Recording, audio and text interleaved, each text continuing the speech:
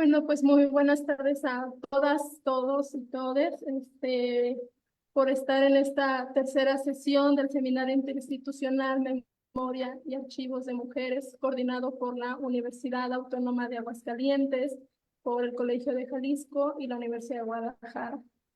Saludo a mis colegas que se encuentran conectadas en diferentes latitudes, a la doctora Cristina Alviso del Colegio de Jalisco, a la doctora Marcela López Arellano, quien por cuestiones de agendas académicas no pudo estar en esta sesión, pero que en su lugar nos acompaña muy amablemente la doctora Yolanda Padilla. Muchísimas gracias por darse el tiempo y estar aquí con nosotras, doctora. Gracias. Y bueno, en esta tercera sesión tenemos la compañía y la conferencia de la doctora Ana Laoyaiben. Muchísimas gracias por aceptar la invitación de este seminario y por acompañarnos el día de hoy. Me permito leer una breve semblanza de la doctora Ana Lao. Ella es feminista, doctora en Historia por la Universidad Iberoamericana, licenciada y maestra en Historia por la UNAM. Es profesora investigadora en la Universidad Autónoma Metropolitana, Unidad Xochimilco, donde actualmente coordina el doctorado en estudios feministas. Pertenece al Sistema Nacional de Investigadores y es investigadora con perfil PRODEP, Programa para el Desarrollo Profesional Docente. Sus áreas de investigación giran en torno a la historia de los feminismos mexicanos, el sufragio femenino y de los grupos organizados de mujeres a lo largo del siglo XX. Ha publicado y coordinado varios libros y artículos sobre historia de las mujeres en la Revolución Mexicana, la manera en que se reconoció el sufragio en el país y sobre ciudadanía. Entre sus publicaciones, muy variadas por supuesto, se cuentan Espacios de Transformación y Cambio, Historia de los Movimientos Feministas en México, coordinado por la doctora Ana Lao y Maricruz Gómez López. También Feminismos en Acción, coordinado en compañía de Elir Batra y Meritat Viera.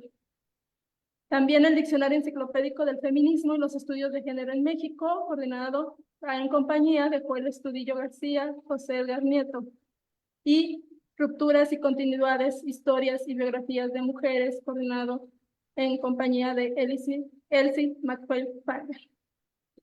El día de hoy nos acompaña y nos presenta la ponencia titulada El Archivos, una herramienta para escribir y pensar la historia de las mujeres. La dinámica, les recuerdo al público presente, es la misma que en ocasiones anteriores. Tiene alrededor de 40-45 minutos la conferencista para impartirnos su ponencia, y después pasamos a las preguntas por parte de las personas que están presentes y conectadas a través de las redes sociales, de quienes agradecemos nuevamente su asistencia. Entonces, sin más preámbulo, doctora Ana Laoyaiben, le dejo la palabra. Muchas gracias. Bueno, también me toca agradecerle a Marcela López Arellano, mi amiga, por haberme invitado a este seminario, a Yolanda Padilla, a Milagros y a Cristina por acuerparme hoy en este momento. Y empiezo, ¿sí? Primero diciéndoles que esta charla se la dedico a mi amiga y maestra Marisa Navarro Aranguren. Y digo, con Cristina Rivera Garza, mi ¿qué será? Mi autora favorita, que la historia que puede dejar atrás tantas cosas no puede dejar de ser, sin embargo, una lectura contextualizada de documentos de archivo. Llegar a un archivo, biblioteca, e iniciar la aventura de revisar los innumerables documentos que ahí se resguardan, significa, al menos para mí, un viaje fantástico. Sin embargo, después de haber leído varios textos que analizan los archivos y su impronta, me ha quedado la duda en cuanto a lo que dije. ¿Era de veras un viaje fantástico o una aventura compleja de asimilar? Para escribir esta charla me aventuré a consultar, leer a varios autores y autoras que se refieren a su relación con los archivos, y me interesó y aprendí mucho con esta aproximación. Lo que estoy por platicarles es aquello que experimenté y que vinculé con la historia de las mujeres.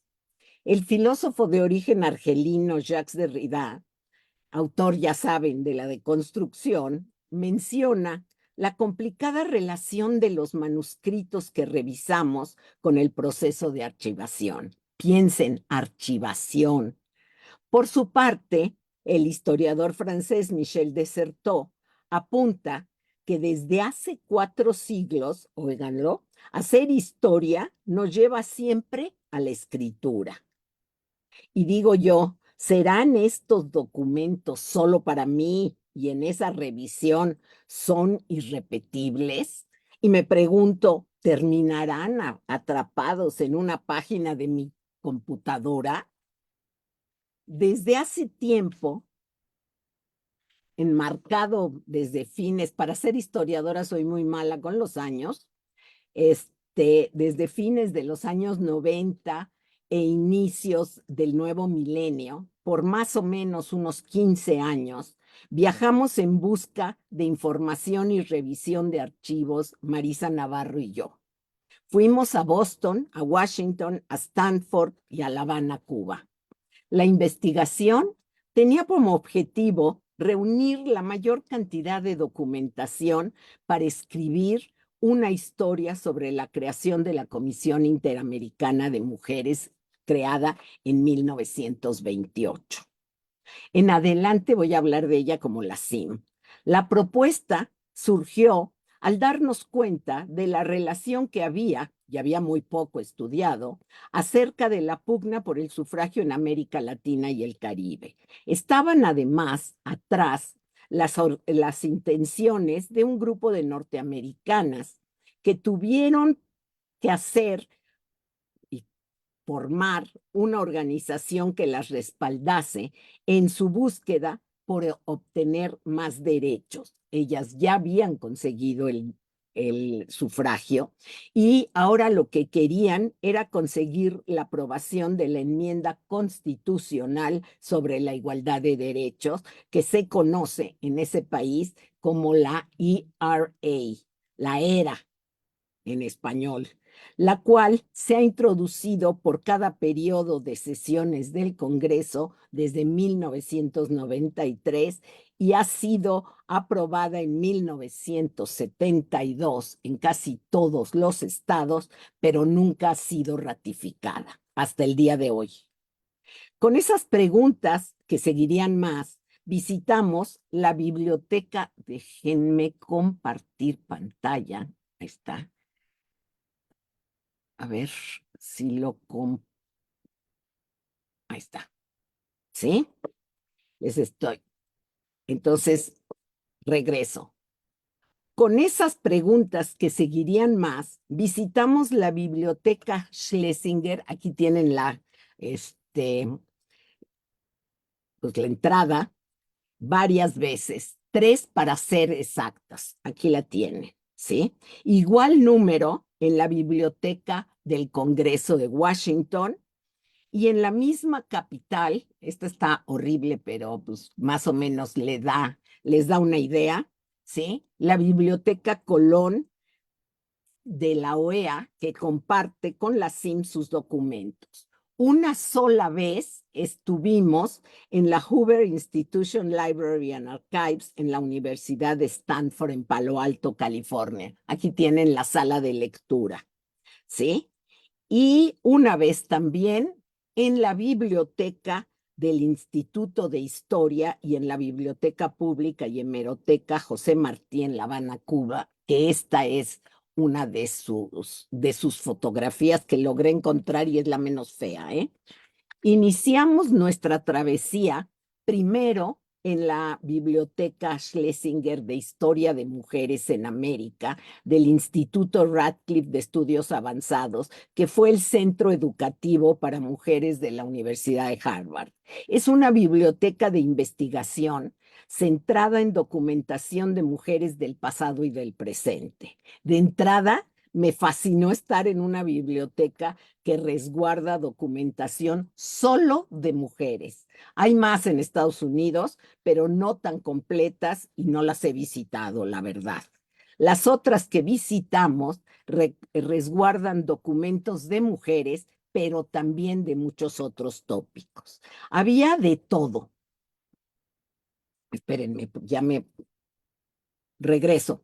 Como hago siempre, de pasadita, reviso lo que hay sobre México y cuál fue mi sorpresa al encontrar mucho material sobre Margarita Robles de Mendoza, quien fue la primera delegada nombrada por México ante la CIM.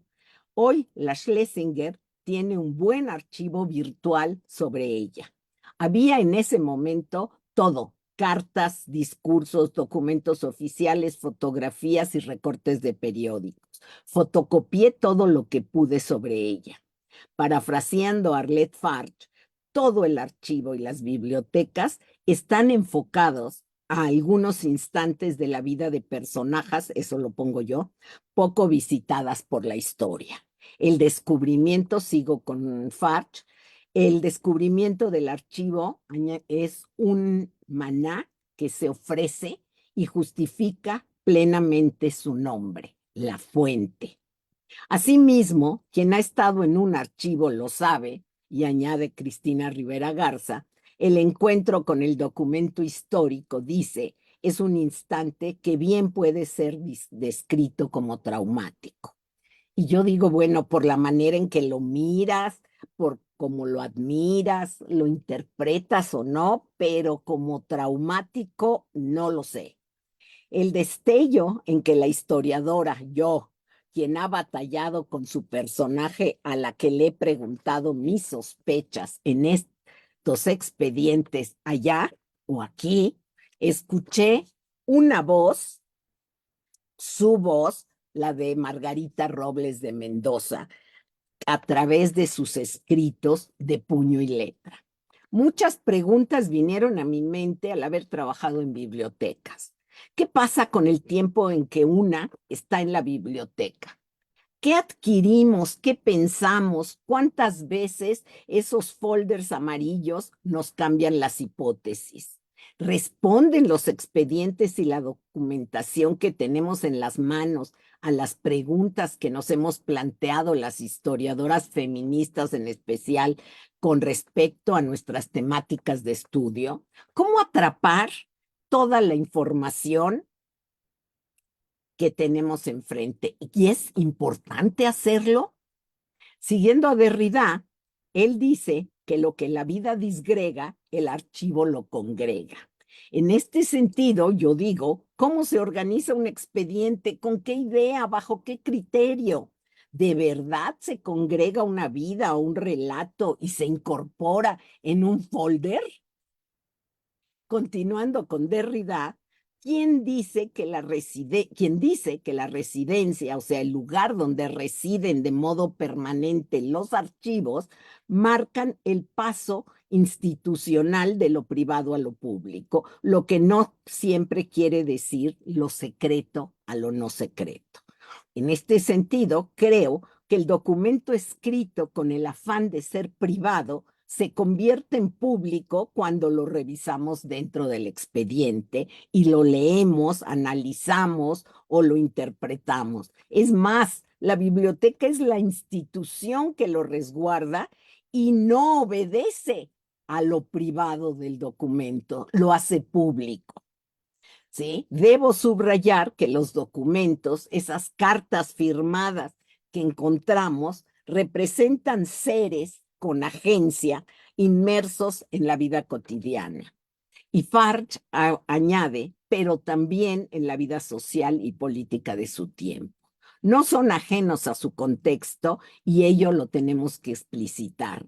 Lo encontrado, rescatado, ya en el escritorio y frente al cuaderno de notas o la computadora, hay que volverlo a leer, organizarlo con todo lo demás y luego, como dice Desertó, hacerlo hablar.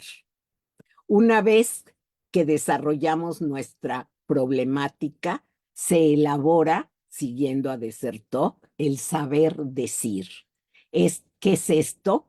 La historización de nuestra investigación, que empieza por separar presente y no siempre deja emerger al pasado.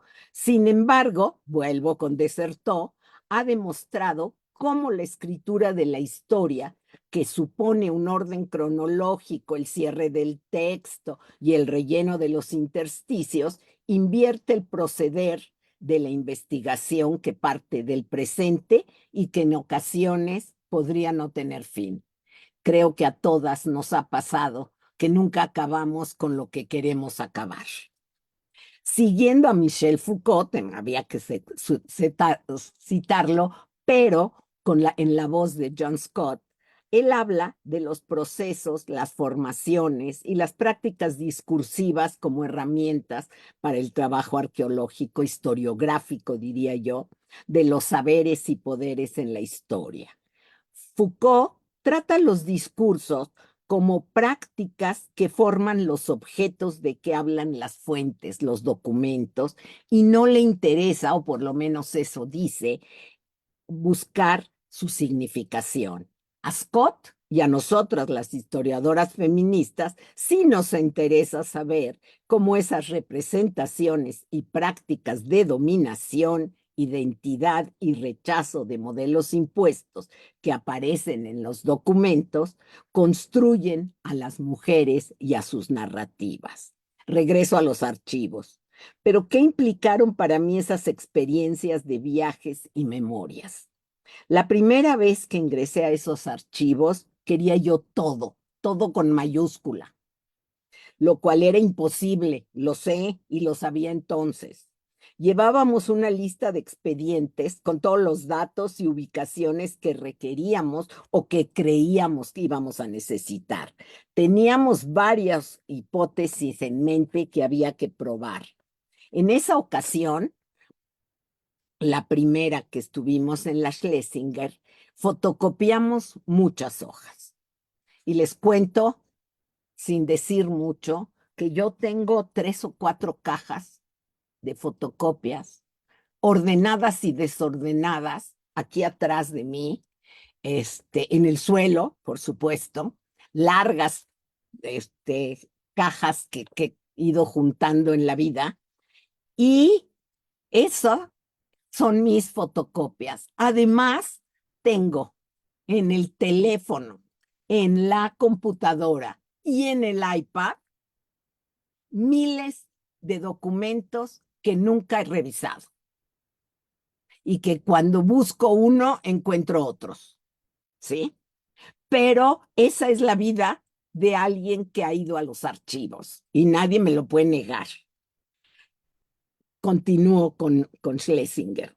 La amabilidad de las bibliotecarias y su conocimiento fue de gran apoyo para nosotras. Como sabían que estaríamos solamente varios días, una semana o 10 días podíamos estar ahí, nos apartaban las cajas que no acabábamos de revisar. En la posterior visita nos enteramos con sorpresa que ya no podíamos continuar fotocopiando. Los documentos se maltratan, etcétera.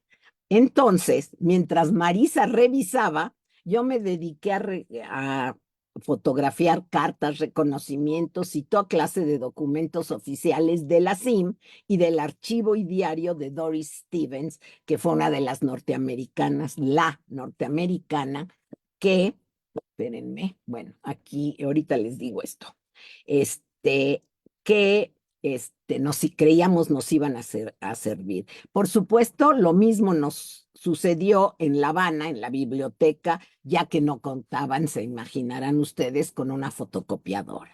En la Biblioteca del Congreso de Estados Unidos en Washington, pudimos recopilar la publicación del periódico Equal Rights del National Women's Party y varios documentos de asociaciones de mujeres que propiciaron congresos sobre varios temas y también buscaban vínculos con mujeres feministas de América Latina y el Caribe. Estuvimos también en la Hoover Institution Library and Archives, ubicada en la Universidad de Stanford, que por cierto es una universidad maravillosa, enorme. Creo que nunca la logramos recorrer completa. Y esto da cuenta que cada vez que podíamos nos escapábamos a visitar a alguna biblioteca. En la Hoover revisamos la colección de diarios y correspondencias de la sufragista pacifista y feminista Alice Park, quien estuvo en La Habana en 1928 como periodista y cuenta todo lo que pasó. Sentadas en las grandes mesas de revisión con los expedientes frente a nosotras, había que decidir entre lo esencial y lo repetitivo. No hay un método validado, nada es transparente en la selección de fuentes, dice Mario Ruffer, y queda al arbitrio de la investigadora o investigador cómo acercarse y qué quiere extraer del archivo y cómo se le traduce y se le da inteligibilidad en la investigación. ¿Qué es lo que hay que hacer con los documentos? ¿Copiarlos o solo mencionar el título de la carta o interpretarla en el cuaderno de notas? La dificultad está en saber deseleccionar de acuerdo a lo que nuestros objetivos y nuestras hipótesis están. Y ahí está la metodología. Acercarse a los expedientes implica enamorarse de ellos. Evitar eso sería caer en la ficción o en las anécdotas.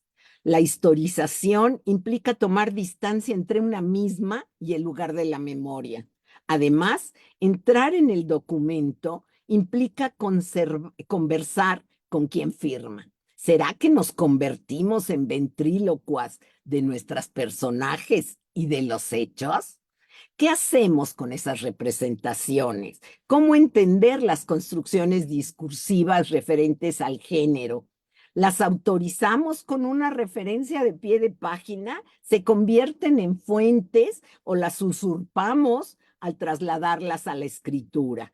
¿Qué es lo que hacemos y cómo enfrentamos a esas cartas, documentos, expedientes? Y ¿se fijan que tengo más preguntas que verdades? En el caso que les comento, primero hubo que ordenar esa gran cantidad de materiales que llenaban mi maleta cuando regresé a México y que ya había olvidado a qué se referían. No lo puedo negar. Hay que llenar una parcela de la totalidad del tiempo que me o nos faltaba, dice Mario Ruffer. Y dice, por supuesto, Michel Desertot, que producir la evidencia, cuando se refiere al documento, esa evidencia, ¿sí? Que es acabar de reunir las piezas faltantes del rompecabezas, de la hipótesis, de los objetivos, de las preguntas, para poder interpretar, analizar y narrar el discurso historiográfico. Descubrir entonces que la historia y la productora de relatos, donde la voz mía de la historiadora es un punto de vista como cualquier otra y no una voz privilegiada. Eso hay que tomarlo en cuenta. En cada biblioteca fuimos buscando lo que creíamos íbamos a encontrar, lo que no siempre fue tal como lo planeamos.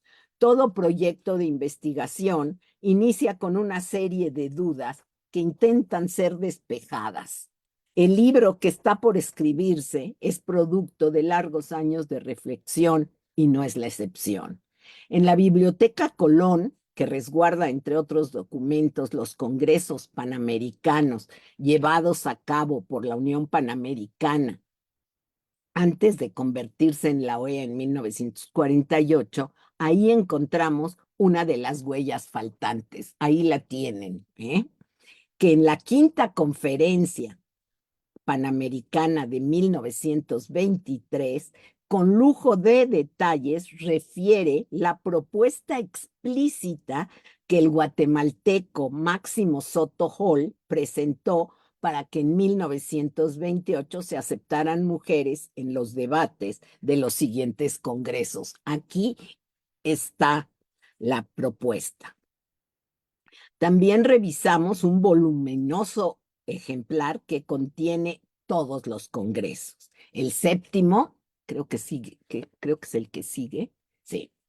El séptimo de 1900, y estoy viendo que es la sexta, estoy toda mal, pero bueno, la sexta conferencia de 1928 y lo acontecido desde el punto de vista institucional para que se aceptara la creación de la Comisión Interamericana de Mujeres. ¿Sí? Quiero decirles que hay quienes dicen que en 1923 muchas feministas chilenas convencieron al guatemalteco Soto Hall de presentar la propuesta. Para 1928 no había mujeres que debatieran y que fueran como representantes. ¿Sí? En La Habana añadimos la visión de la prensa que siguió, espérenme, aquí está, bueno, aquí está, ¿sí? Y, ay, me falta, bueno, ahorita se los cuento, espérenme, lo dejo aquí. En La Habana añadimos la visión de la prensa que siguió e informó acerca de cada una de las sesiones, principalmente la del 17 de febrero de 1928, en donde se refieren a los discursos de las norteamericanas y cubanas que impulsaron la creación de la CIM. Contrastando nuestros hallazgos, hemos podido demostrar una de las hipótesis más importantes. La CIM se conformó solamente con las 5 mujeres norteamericanas que viajaron a La Habana, las cubanas que querían el voto y usaron al Partido Nacional de Mujeres para conseguirlo, y aquellas latinoamericanas y caribeñas que ya de suyo vivían en La Habana, y no como quienes han mencionado que fueron muchas con mayúscula latinoamericanas a apoyar dicha creación. Hasta el día de hoy, si ustedes abren en la red a la CIM, encontrarán esta frase: de forma extraoficial, acudieron a ella mujeres de toda la región con el objetivo de abogar por su derecho a participar en la conferencia. Mentira de mentiras. O como diría Marisa, no es verdad. ¿Sí? El 8 de enero, bueno, ahí va. Esta todavía es 23, pero aquí ahorita sí. El 8 de enero de 1928 arribaron a La Habana 2 norteamericanas, Jane Norman Smith y Doris Stevens. Traían en la valija la clara intención de conseguir en la sexta conferencia panamericana que iba a tener lugar en esta capital que se aceptara el Tratado de Igualdad para las mujeres. No sabían español y conocían a muy pocas cubanas. No obstante, venían cargadas de un ímpetu que sería difícil de rechazar. Eran las representantes del Partido Nacional de Mujeres. Jane Norman Smith era la presidenta general, mientras que Stevens fungía como presidenta del Comité de Relaciones Internacionales. Se habían enterado recientemente de que la sexta conferencia se iba a realizar y que a pesar de que en la quinta de 1923 se había resuelto que las mujeres debían participar, no había señales de que ello podría suceder.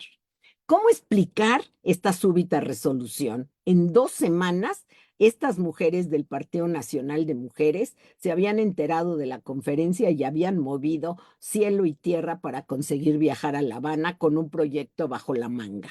Lograron hablar con algunos delegados, tanto norteamericanos como latinoamericanos, y a pesar de no tener un nombramiento oficial, ahí estaban. Días después llegaron Mona Lee de Muñoz Marín y Valentine Winters, pertenecientes al mismo partido.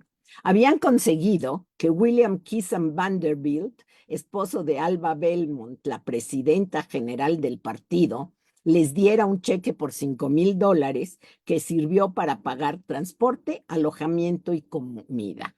En la suite 312 del Hotel Sevilla Biltmore, aquí lo tienen, es cuando fuimos, le tomamos fotos y estuvimos adentro, quiero decirles, establecieron su sede y en la fachada del hotel colgaron, al igual que los participantes, espérenme, de los 21 países participantes, su bandera oro y morada.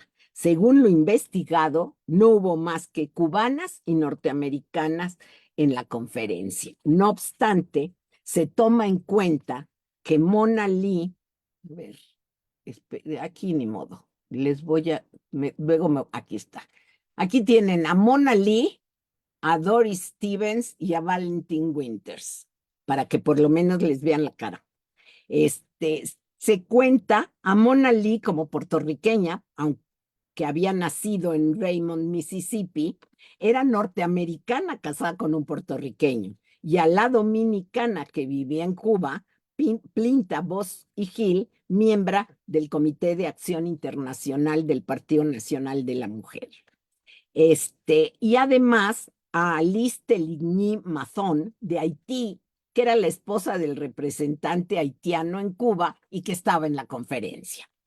Pienso que valió la pena preguntarse qué significado tuvo revisar y analizar los archivos, fuentes primarias y secundarias para indagar un tema que pareciera ser muy estudiado y encontrar discrepancias que cambian la trama de la investigación y con ello obtener otros resultados. Pudimos valorar además el peso que las organizaciones internacionales tuvieron en la lucha por el sufragio y que no ha estado completamente estudiado. Si bien las mujeres europeas se relacionaron entre ellas para alcanzar el voto, también sus homólogas latinoamericanas se vincularon entre sí mediante congresos y conferencias regionales para organizarse y hacer campañas para conseguirlo.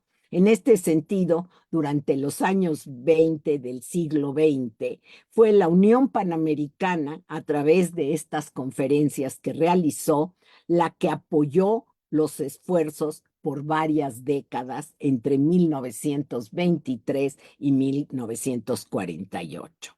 Las múltiples investigaciones y artículos que se han escrito sobre este tema no mencionan el periplo transcurrido entre el momento en que se enteraron de la conferencia y su llegada a La Habana de estas mujeres. Más bien enfocan su atención en la creación de la Comisión Interamericana de Mujeres, y vuelvo a decirlo, subrayan que hubo mujeres de toda América Latina presentes y que con ellas se conformó la lucha por la creación de la CIM. Déjenme regresarle para echarles, ahí está, espérenme, sí, aquí está la bandera de la National Women's Party. Aquí antes de llegar, bueno, ya llegando el 11 de febrero de 1928, les hacen un almuerzo las cubanas para escucharlas, y aquí están todas, ¿sí? Aquí está la decisión de crear una Comisión Interamericana de Mujeres el 18 de febrero de 1928. Aquí tienen a la señora Doris Stevens, una mujer interesantísima y además muy, muy buena en relaciones internacionales, que logró la creación de la CIM. Aquí tienen a las cubanas, ¿sí?, hablando ya en la comisión especial que se armó para que ellas hablaran. Fue la primera vez que mujeres hablaron. Aquí tienen el discurso pronunciado por Jane Norman Smith en febrero 7 de 1928 en la Conferencia Panamericana. Espérenme, aquí está el Diario de la Marina, donde se habla de la comisión y de cómo se va a hacer. Tengo, híjole, miles no, pero ya saben cómo somos exageradas. Tengo muchísimas fotografías del Diario de la Marina con todo lo que pasó en la comisión. Aquí está lo que ya les enseñé. Y en 1930, en La Habana, se formó oficialmente la creación, y además se pidió la nacionalidad para las mujeres que no la tenían, ¿eh? Y por último, aquí tienen el acta final de la Sexta Conferencia Internacional Americana de La Habana, donde está la creación de la CIM. Y aquí tienen todavía a las mujeres norteamericanas que siguen gritando para que se les den los mismos derechos que a los hombres. Sigo. Y ahora ya acabé de enseñarles las fotitos, ya vieron qué estudiamos y qué hacemos con lo recopilado. Cómo acercarse a historizar, analizar y armar un discurso historiográfico. Enlazar todo lo encontrado, abordarlo desde y con la historia de las mujeres y feminista, nos remite a mirar al archivo, a los archivos con lentes violetas, como hoy se dice. Es decir, con lo que a partir de los años 60 se ha venido desarrollando como epistemología feminista y giro lingüístico. La epistemología aborda cuestiones relativas a quién puede conocer o generar conocimiento. Además, la epistemología cuestiona e interpreta y analiza, cito, cómo es que la categoría de género sitúa a las personas que conocen, dice y se pregunta Norma Blázquez. Esta condición permite que procesos sociales hicieran sostenible la creencia de que las mujeres no hicieron contribuciones a la evolución humana, dice Sandra Harding, la filósofa norteamericana. Y aquí entro yo. ¿Cómo y por qué a las mujeres se las invisibilizó en las ciencias sociales y la historia en especial no estuvo? ¿Por qué no estuvo a la altura para rescatarlas? El método historiográfico que nos enseñan y que toma en cuenta la clase social, la raza o etnia, la edad, no encontró o no supo o no quiso leer en los archivos la presencia femenina. Su trabajo cotidiano de la casa, fuera de ella, en el campo, en el comercio, en los cuidados, en la política informal, todo lo que nos ha explicado Silvia Federici a lo largo de los años, ¿por qué no se vio en esa documentación hasta muy tarde? Esta epistemología ha ido perfeccionándose hasta ser lo que soy, un inmenso conocimiento donde la interacción de la categoría género en tanto organizadora de la vida social y junto con otras categorías como las que ya conocen, raza, etnia, clase, edad, preferencia sexual, etcétera, hacen un acercamiento al análisis histórico, a historiar los acontecimientos desde unas categorías que la historiografía feminista no estaba del todo acostumbrada a utilizar. La historia con mayúsculas se escribía y se sigue escribiendo en masculino, generalizando desde lo universal la relación entre los géneros. El género, el punto de vista, la representación y lo que yo llamo régimen de género apoyan la configuración y análisis de las sociedades y cómo funcionan en un tiempo y un espacio específicos. Al producir el control y la estructura social jerarquizada que crea condiciones para que se den los sucesos y explica cómo llegan a ellos, eso hace que contextualicemos mediante ese régimen de género el sistema de producciones políticas, económicas, sociales y culturales que dominan en un momento dado cómo se tejen relaciones complejas de género entre formas impuestas, restrictivas e identidades veladas de género.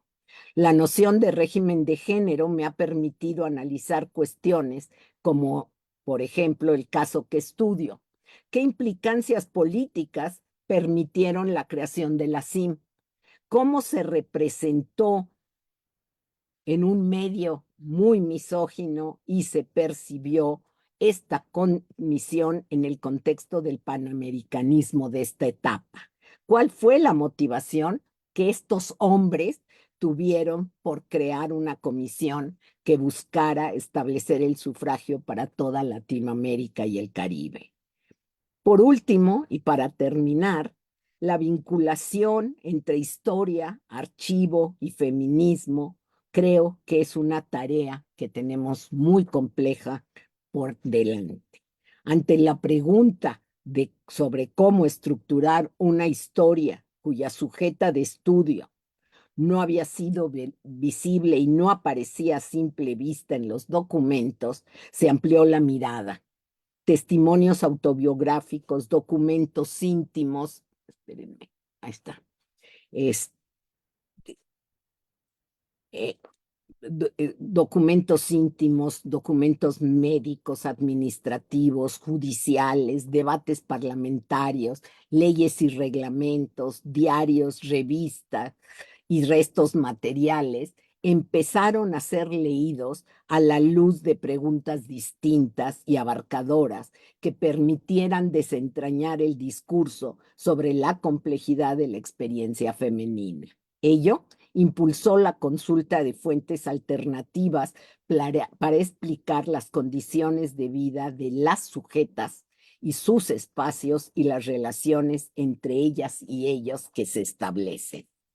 Como afirma mi amiga la historiadora argentina Adriana Valobra, la cito, la indagación del pasado sigue abriendo nuevas posibilidades de interpretación, de visibilización temática y teórico-metodológica. En ese proceso, la subjetividad de quienes intentamos realizar una reconstrucción de nuestra historia permea en nuestras preguntas a ese pasado y el recorte teórico y metodológico.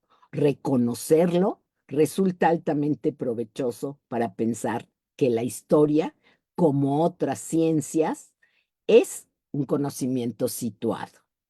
Y termino con una frase de Fernanda Núñez que dice: fue la explosión del movimiento feminista la que obligó a un cuestionamiento más profundo, pues escribir la historia de las mujeres era una contribución para la toma de conciencia política del movimiento contemporáneo de las mujeres. Muchas gracias.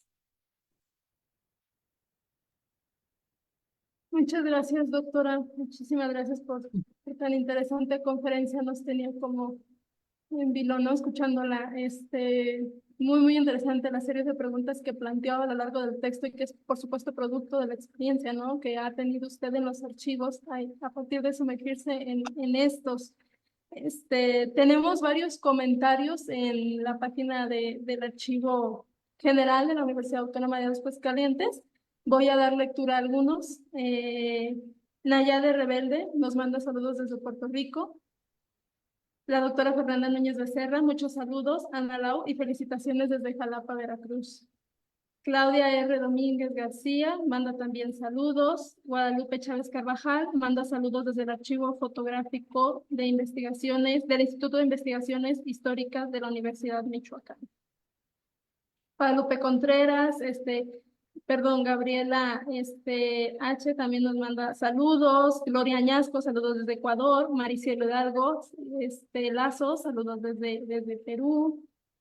Cristina Morales, saludos desde Zacatecas. Eva Leticia menciona que qué interesante recorrido nos ha manejado, por supuesto, en esta conferencia y nos da mucho gusto que se conecten, ¿no? Desde latitudes latinoamericanas, que ya lo habíamos comentado previamente. La doctora Tere Fernández también le manda sus más sinceras felicitaciones por la conferencia. Dice siempre brillante y generosa. También se suman María del Carmen Trujillo, bravísima, responde. Y Caliope Martínez dice, siempre es un gozo y aprendizaje escuchar y leer a la doctora Ana Lau. Muchísimas gracias. Doctora, la verdad es que ha sido muy interesante escucharla. No sé si la doctora Yolanda Padilla, la doctora Cristina Alviso quisieran emitir algún comentario, alguna pregunta a la doctora a raíz de su conferencia, doctora Yolanda.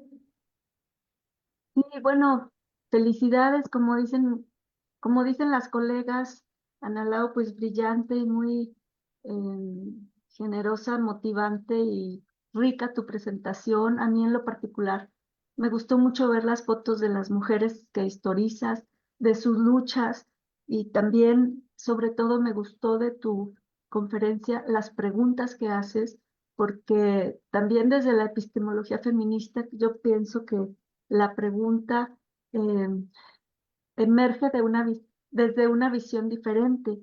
Una pregunta que me surge es, claro que la epistemología feminista y los saberes feministas son una como construcción colectiva, pero yo supongo que también tú en lo individual tienes tus propias preguntas que de alguna manera contribuyen a esa epistemología feminista, a esos saberes colectivos. Me interesa saber tus preguntas, de dónde vienen, desde tu visión personal, es decir, como si tú echaras un clavado a las profundidades cognitivas de tu mente, ¿de dónde emergen en Ana Lau las preguntas claves para hacer sus búsquedas historiográficas y epistemológicas de un feminismo emergente que nos ayuda a muchas a nombrar cosas, a buscar cosas diferentes y a generar preguntas nuevas de investigación? Bueno, mira, no me preguntas una cosa muy fácil. Este, lo que, lo que me pregunto, mis dudas, surgen también de lo que estoy estudiando.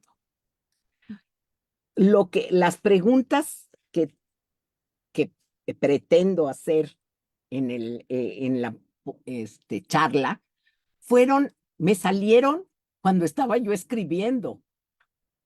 No las tenía yo de antes.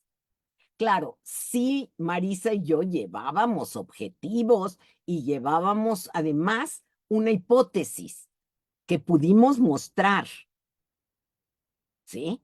Fueron larguísimas horas de discusiones para, para ver que lo que nosotras habíamos visto en el archivo no lo habían visto todas las que pasaron por ese mismo archivo.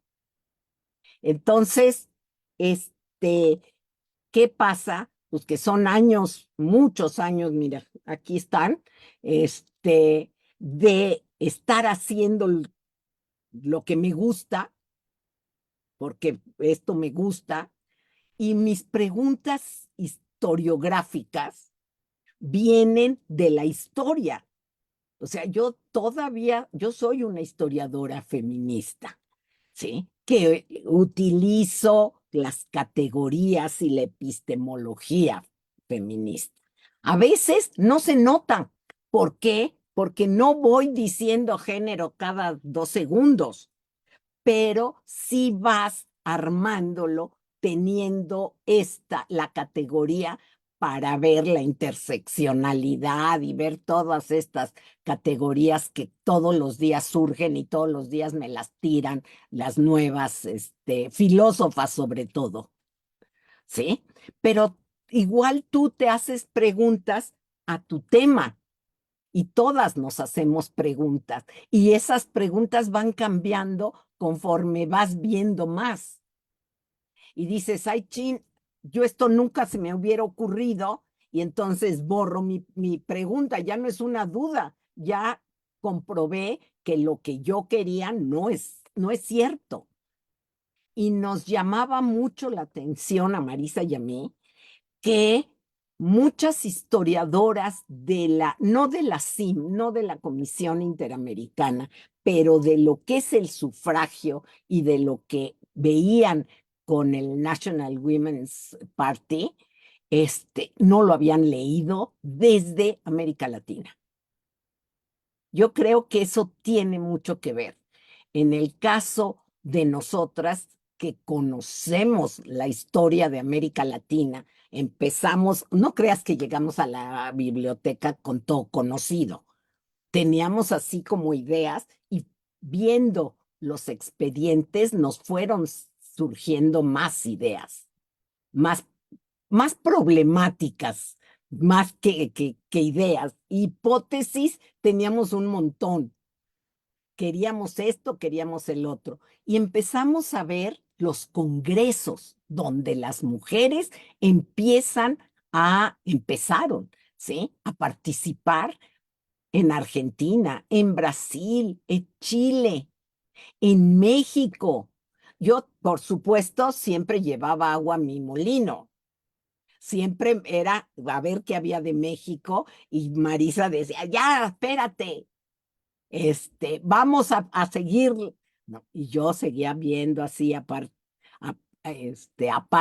mis partes de México. Pero eso me ayudaba también a entender lo que es América Latina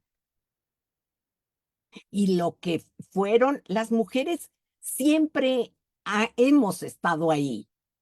Y por eso cito mucho a Federici, porque las encuentra en la Edad Media en un montón de lugares y las encuentra en los documentos. Entonces, ¿qué hicieron los y las historiadoras que no las vieron? ¿Por qué ella sí las ve? A ver, pues porque vamos con otras preguntas y vamos visibilizando, ¿sí?, a las mujeres. Ujú. Y ustedes no me dejarán mentir que cada vez que vemos algo, buscamos dónde estaban las mujeres, Ujú, ujú. ¿sí o Así es. no? Sí, Entonces, eso hace que estemos más abiertas a leer un archivo donde hay hombres, ¿sí? Pero también hay mujeres. ujú, Y exacto. todavía los historiadores no están muy decididos a apoyarnos.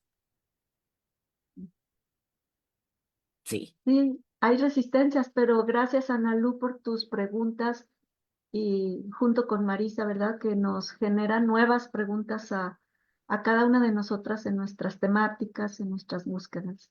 Gracias, No, Analu. gracias por las preguntas. Muchas gracias, doctora, por su intervención.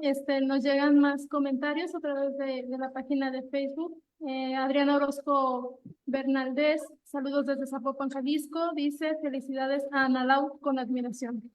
Nadia Ledesma Prieto, excelente intervención, felicitaciones. Arcelia Paz, muchas gracias por conectarte. Dice, muchas gracias, doctora. Para quienes también vamos y venimos de los archivos estadounidenses, pregunta, ¿cómo podemos facilitar el acceso a las compañeras que no tienen posibilidad más allá de nuestros análisis, entre paréntesis, publicados o socializados? ¿Cómo democratizar el acceso a los archivos? Y María del Carmen Trujillo, gracias, saludos desde el Archivo Histórico de la Universidad de Michoacana. Eva Leticia manda saludos. Pues doctora, no sé si usted responder Bueno, a la pregunta de Arcelia Paz, ¿se la repito?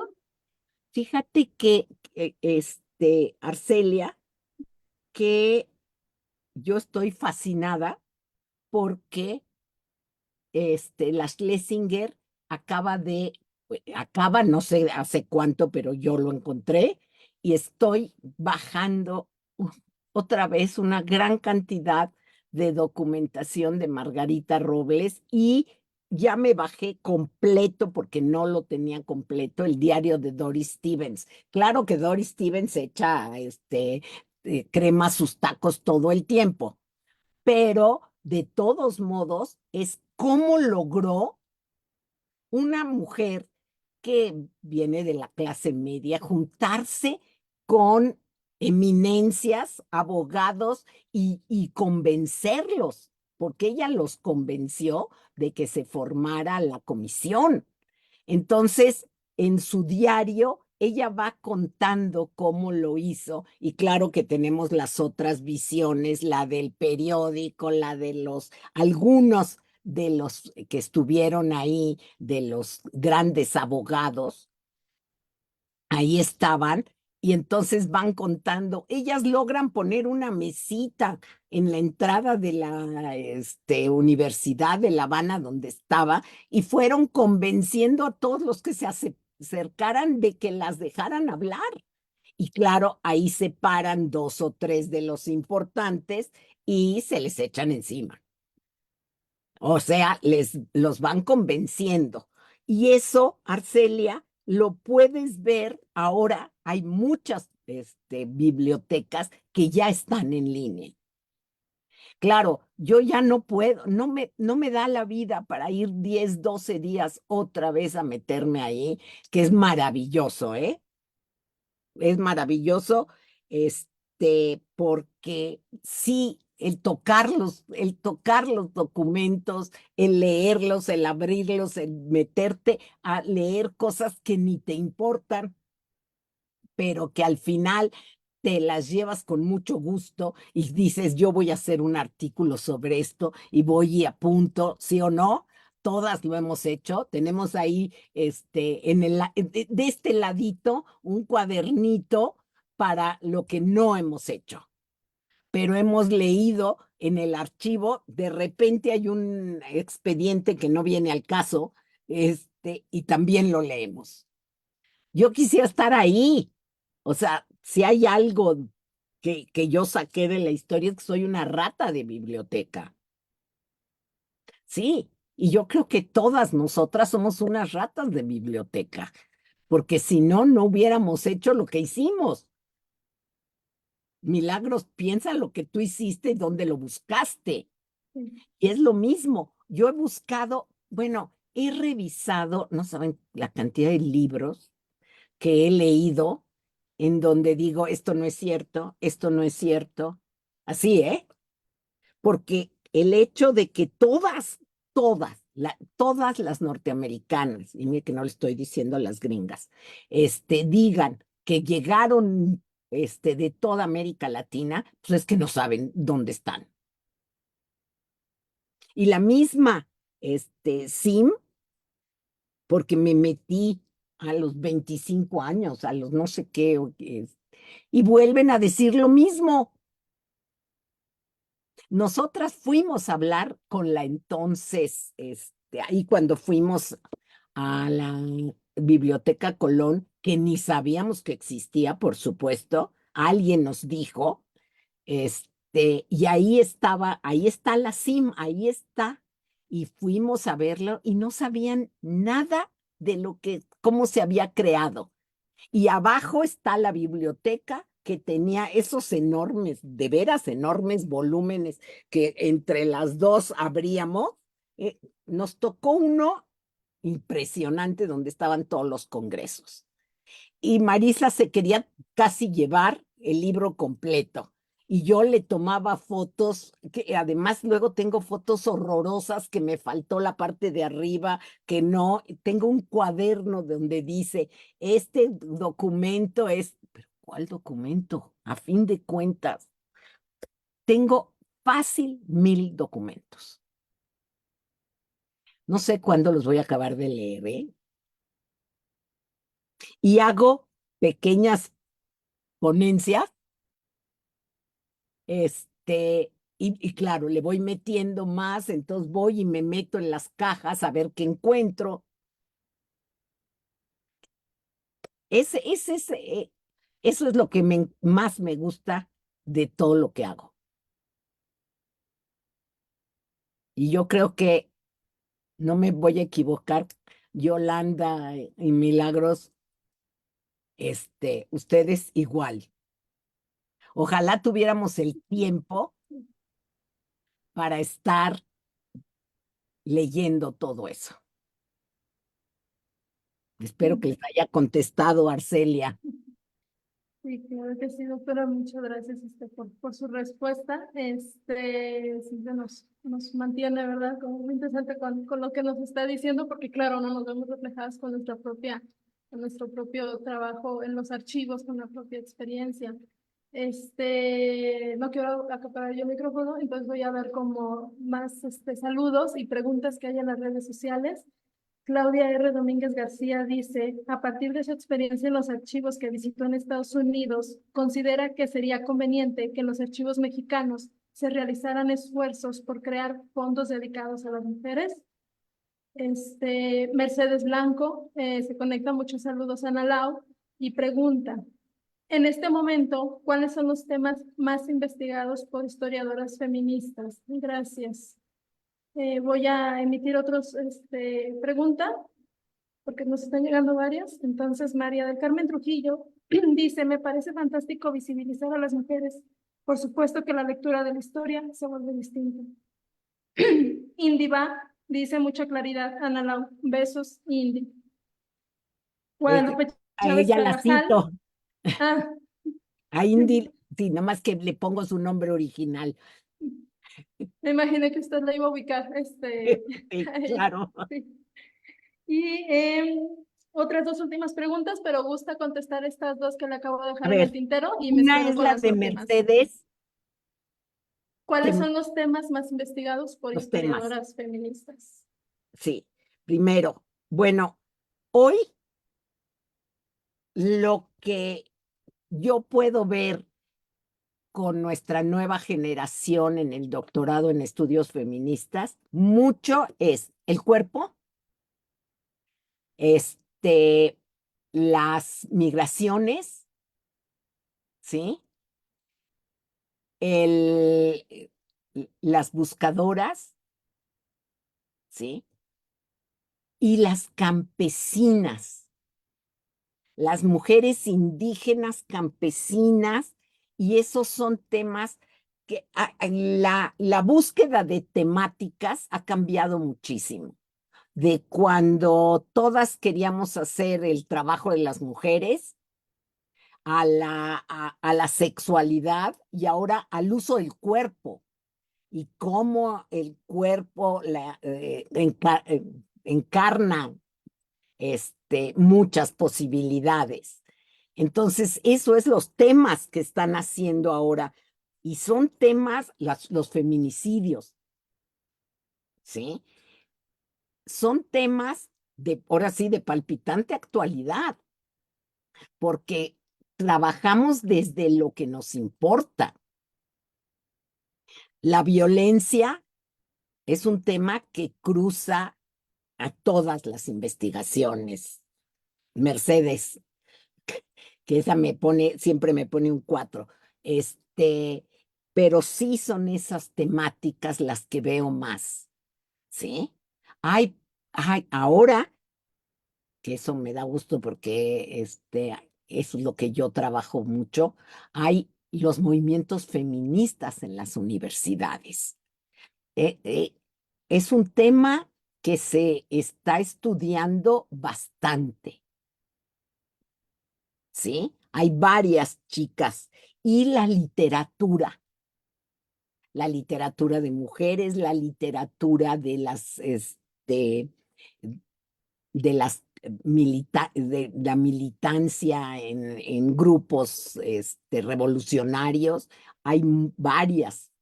Estoy pensando en más o menos en los temas, y eso es lo que estamos viendo. Hay una buena cantidad de literatura que antes no había, ¿sí? El cine, las películas sobre violación, sobre violencia, etcétera, ¿sí?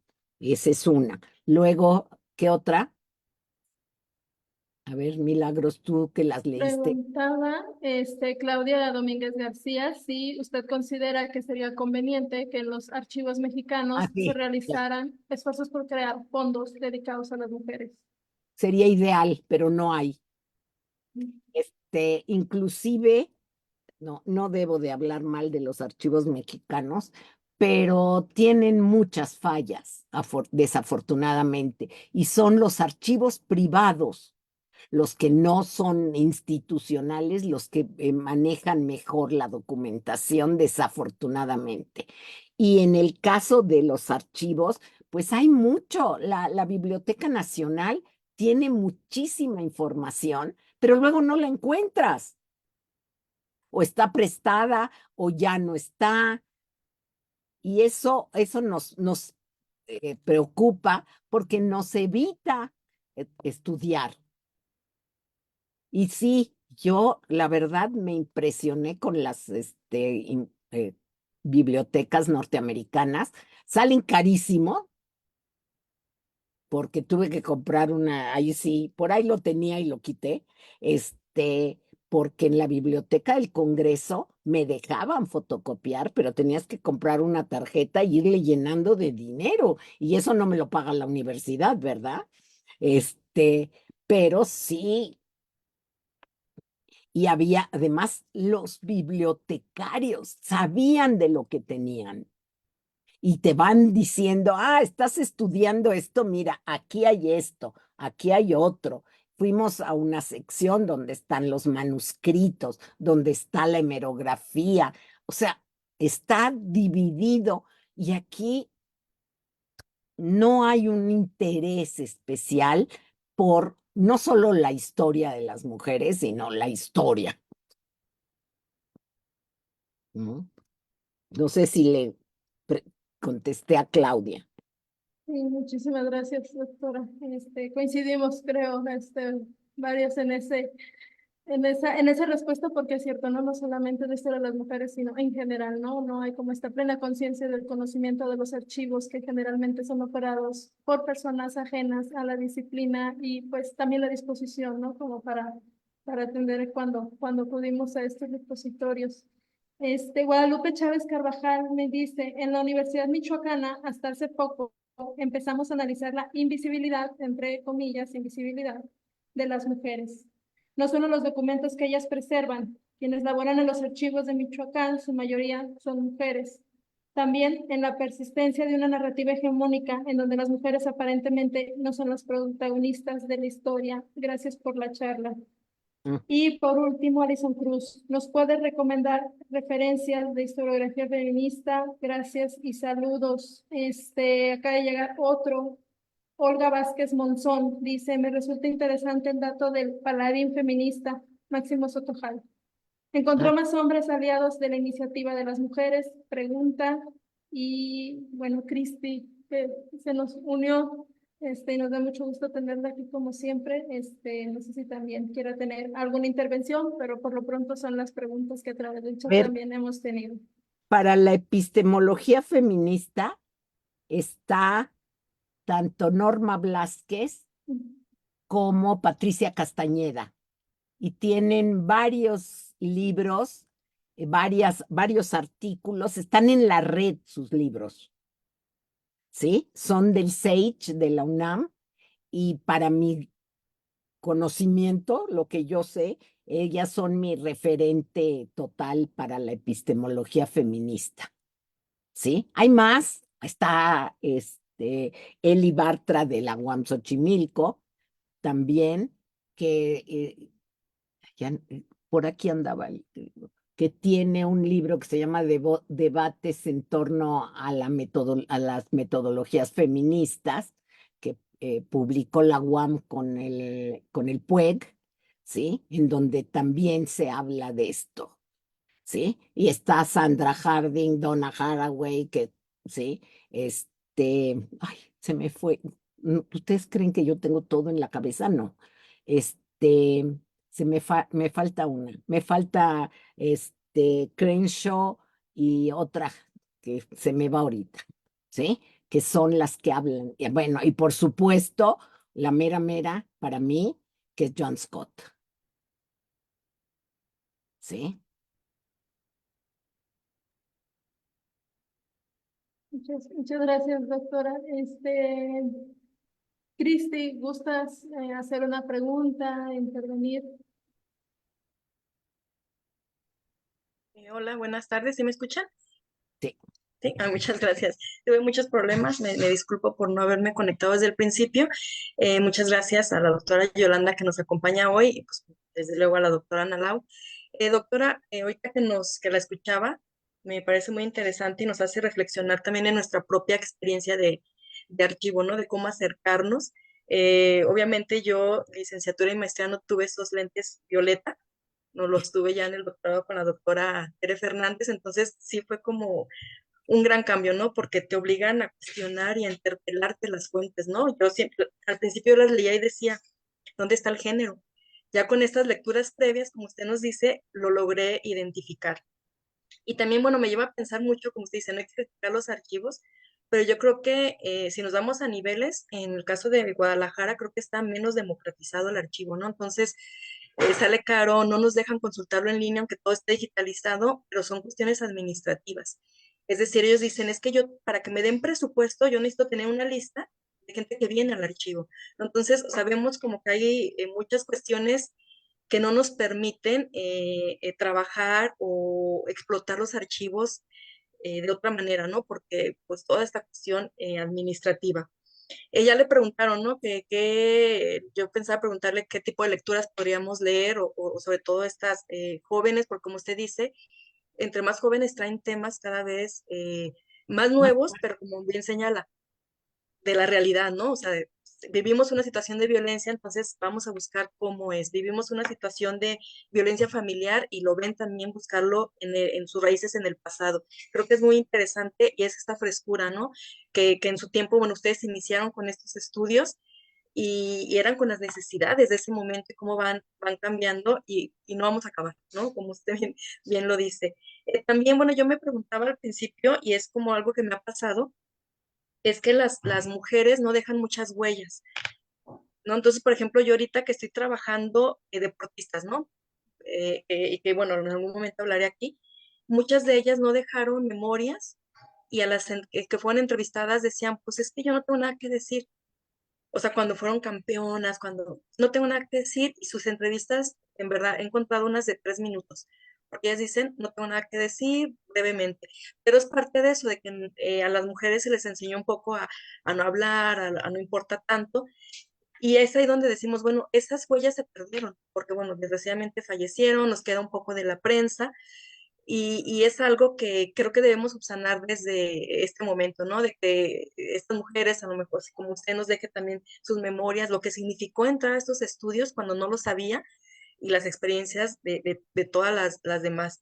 Pero es cambiar un poco la dinámica de hacer entender que las mujeres sí tienen que decir, ¿no? Que sus experiencias importan y bueno, buscar, digo, sé que rescatar a veces es como una palabra conflictiva, ¿no? Pero por lo menos visibilizar lo que ellas hicieron, aunque dejaran algunas de ellas pocas huellas, no todas tuvieron la conciencia de dejar sus memorias, pero por esta cuestión masculinizada, también esta narrativa de que importa lo que dicen los hombres y que también lo vemos en los archivos.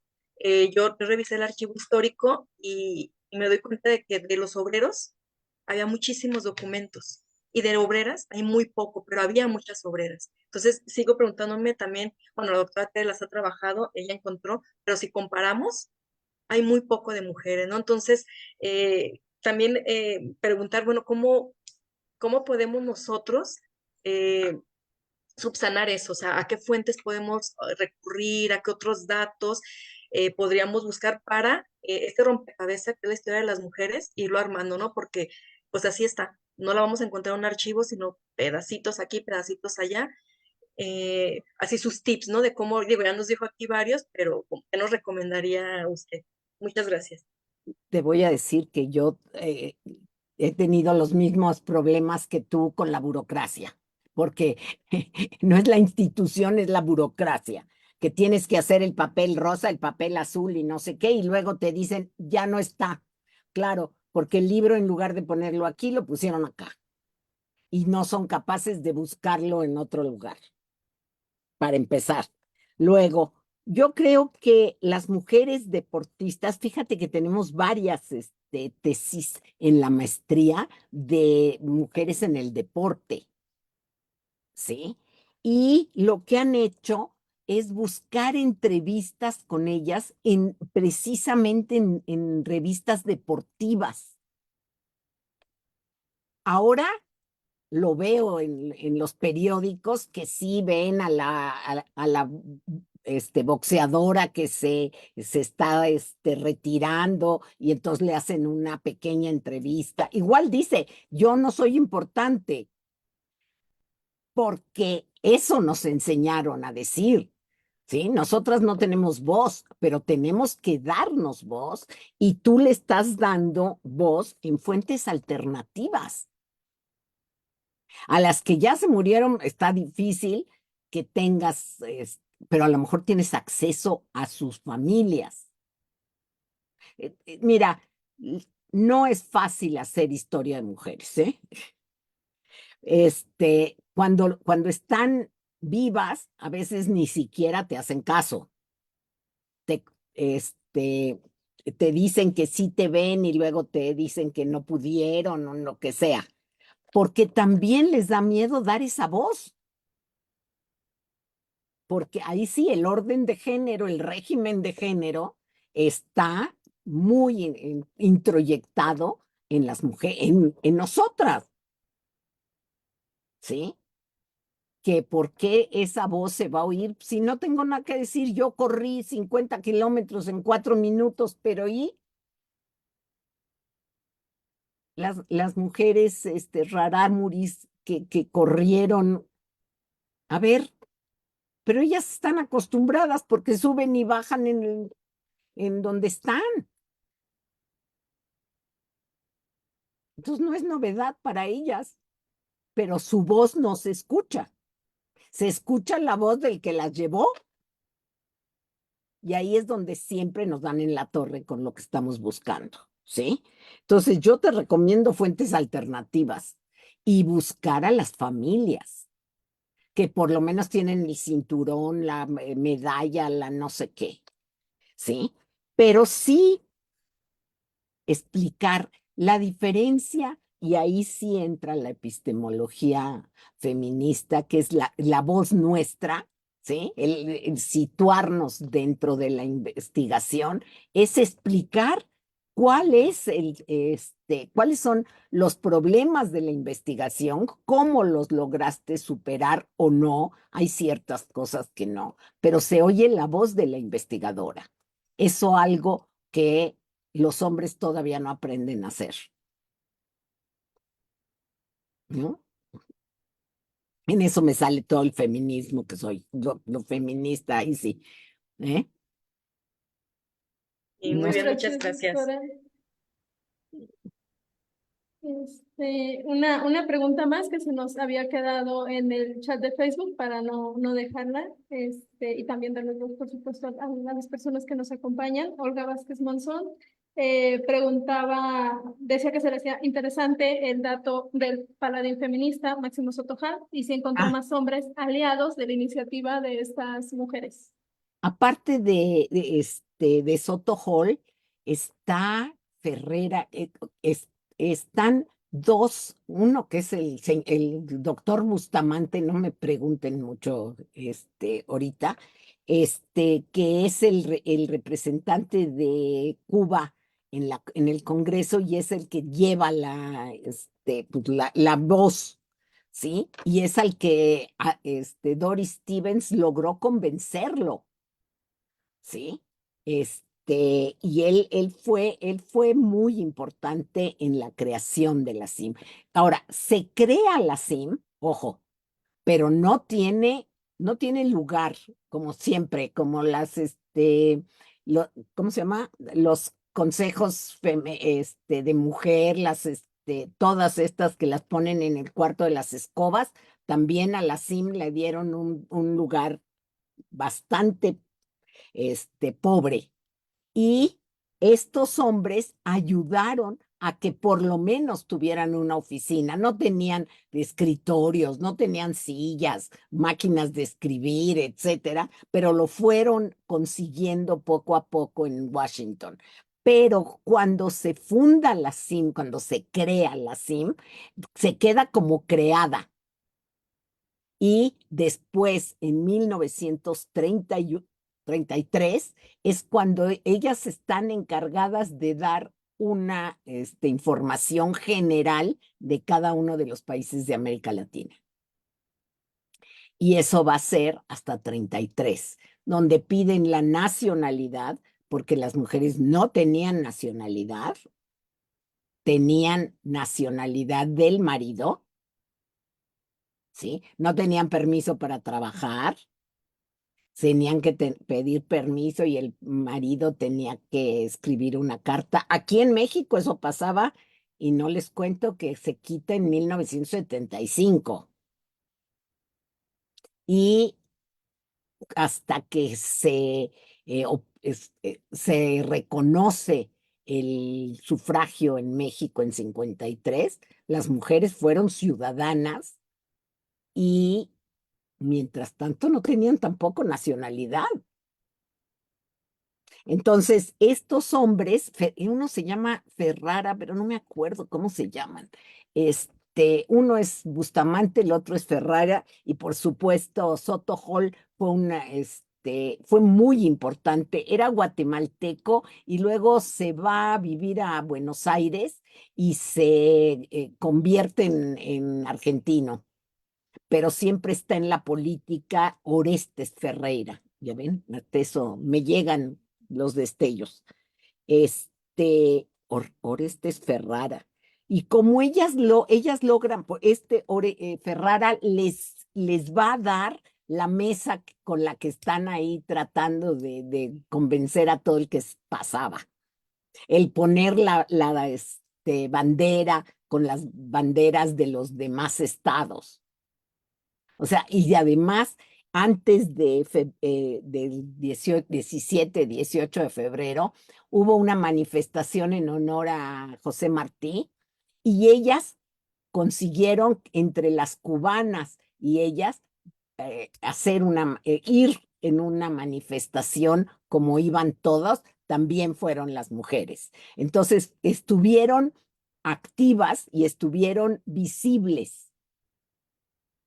Y además, como venían de Estados Unidos, y vean el contexto en el que está, es una de las pocas conferencias donde va el presidente de Estados Unidos y llega con un portaaviones ahí muy acá y hablan, el presidente de Cuba se le tapetea a Coolidge, entonces ellas son norteamericanas. Había que hacerles caso a las señoras norteamericanas.